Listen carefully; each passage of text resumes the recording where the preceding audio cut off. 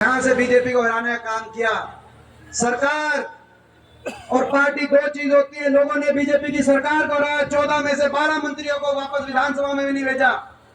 रोहतक से मनीष ग्रोवर वहां से चुनाव हारे, तो बादली से कोई चुनाव हारा, सोनीपत में जो इनकी मंत्री थी वो चुनाव हारी, तो नारनौंद में जो मंत्री थे वो भी चुनाव हारे। अगर लोगों को ये सरकार पसंद होती, खट्टर सरकार, तो 14 में से 12 मंत्री नहीं हराते। और जो इनके प्रदेश अध्यक्ष थे सुभाष बराला जी, उनका टोहाना में लोगों ने पार्टी और सरकार दोनों को हरा दिया।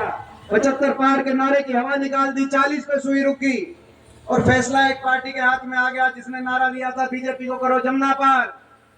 जब 10 सीट आई, जिसमें नारनौंद की सीट भी है, तो उचाना के अंदर मुझे याद है, वो इलेक्शन का दिन में नहीं भूलता, उचाना में दुष्यंत चौटाला ने पूछा कि मेरे को क्या करना चाहिए।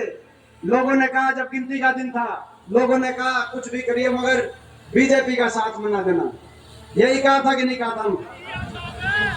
जींद आके प्रेस कॉन्फ्रेंस करी कि भाई हम जो 5100 की पेंशन देगा हम उसको समर्थन देंगे।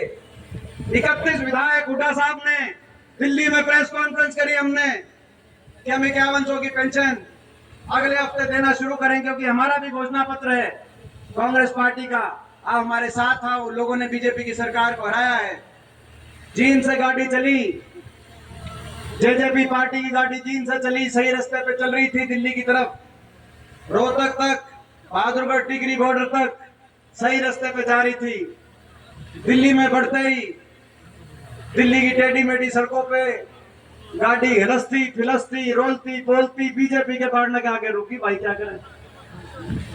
केंद्रीय गृह मंत्री के हाथ में समर्थन का पत्र पकड़ा दिया, जमुना पार के नारे को भूल गए, विश्वासघात कर लिया। मैं पूछना चाहता हूं आपसे, आज 5 साल के बाद पूछना चाहता हूं, वो 5100 जिस पे समझौता हुआ था, वो 5100 बुढ़ापा पेंशन हरियाणा प्रदेश में आई या नहीं आई?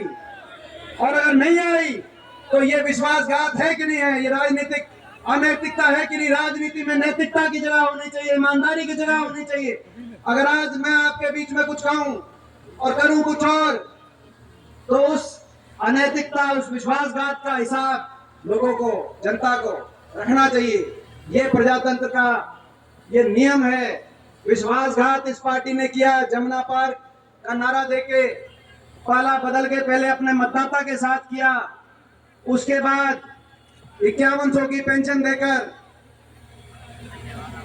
और उस पे पलटकर बड़े बुजुर्गों के साथ किया। किसान आंदोलन में यह कहकर कि ये 3 कानून कभी वापस कोई ले ही नहीं सकता, हरियाणा किसान के साथ किया।